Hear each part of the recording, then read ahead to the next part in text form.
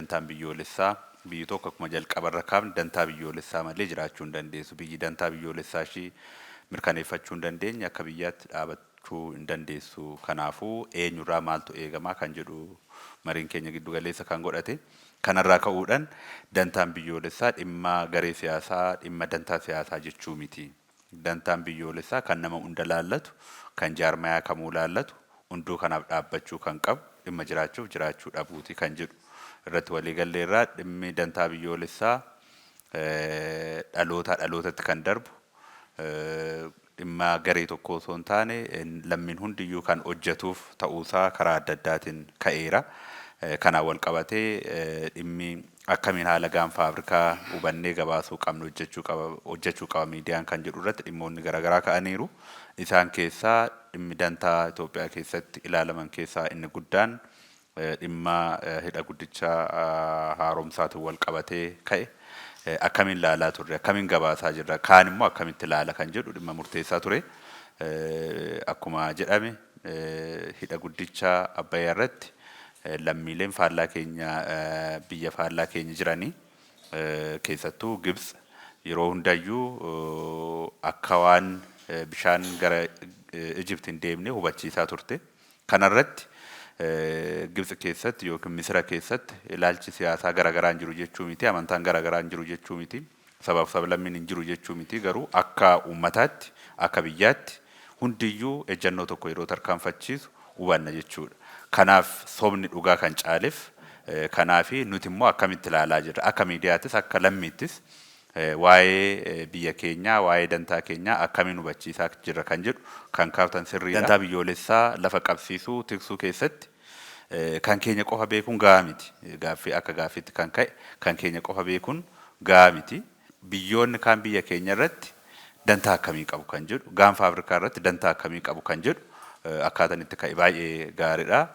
Sanas beekuun hin barbaachisa jechuudha. Kun hariiroo biyyoota gidduu jiru irrattis akkasumas immoo biyyoonni kaan dantaa irratti qaban hubachuun maaltu ta'aa akka jiru gaanfa Afrikaa irratti Itoophiyaa irratti dhiibbaa gochuudhaaf doorsisni waraanaa akka jiru karaa pirooksii ta'e immoo yookiin harka nama biraatiin baandota fayyadamanii biyya keenya jeequun waraanni biyya kana keessatti akka jiraatu gochuu waliigalteen akka hin jiraanne gochuun akka jiru.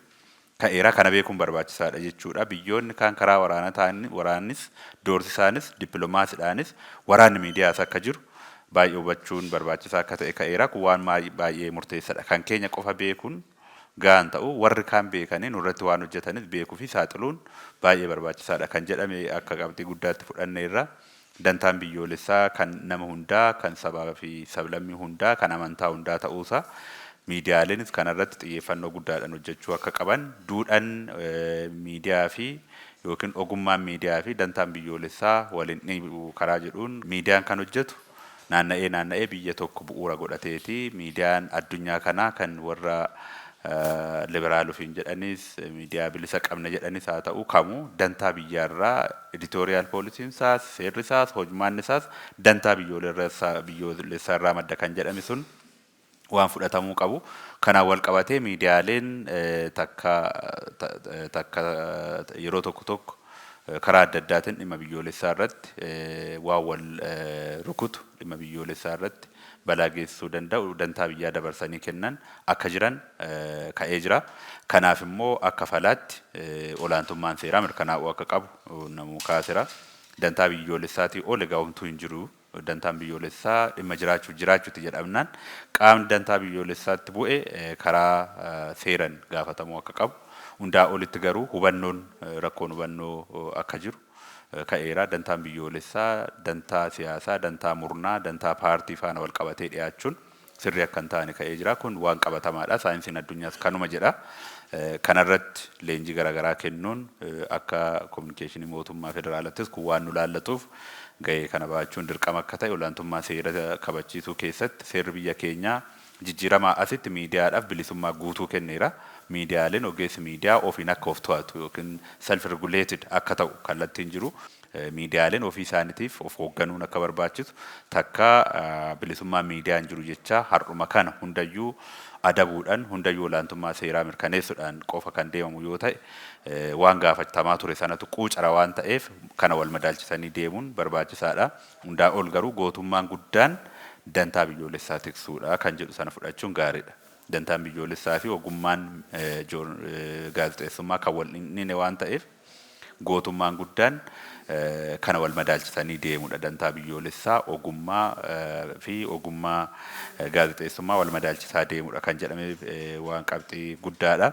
Akka biyyaatti dantaa qabna. Dantaan nuti qabnu dantaan bishaan hidha Abbaayitiin haaromsaatiin wal qabatee jiru hubachiisuu irratti namni hundiyyuu gahee isaa qabachuu qaba.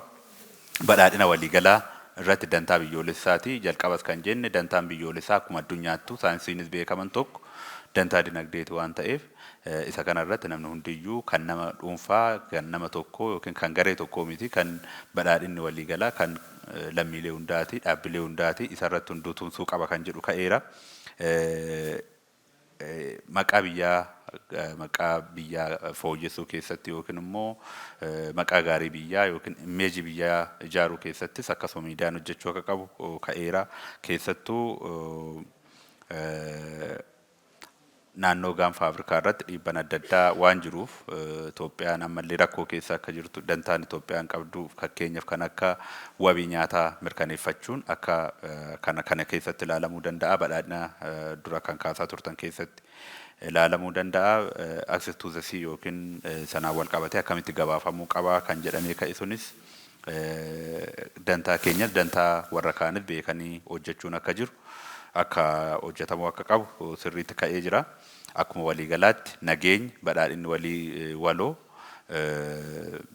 nageenyi gaanfa Afrikaa fi biyya keenyaa waliin jiraachuun sabaa fi sablammootaa qaama dantaa biyya kanaa ta'uusaa kan ammoo hunduu kabajuu akka qabu marii har'aarraa hubachuun ni danda'ama. Hanqinoota jiran karaa olaantummaa seeraa kabachiisuutiin karaa barsiisuutiin guutuun barbaachisaa akka ta'e qaqqabummaa afaanii keessattuu afaanota biyyoota kaanitti dhaga'amanii fi dubbifaman irratti miidiyaalee hojjetan deeggaruun barbaachisaa akka ta'e sirriitti hubatamaadha. Miidiyaaleen har'a gurguddaa ta'an Aljeeziraa yoo fudhanne kanneen kaanis yoo fudhanne deeggarsa malee miti. Deeggarsa maallaqaatiin biyya xixiqqoo biyya guddaa kan goggodhan miidiyaaleen tokko deeggarsi waan godhamee fi deeggarsi miidiyaadha taasifamuun baay'ee barbaachisaadha.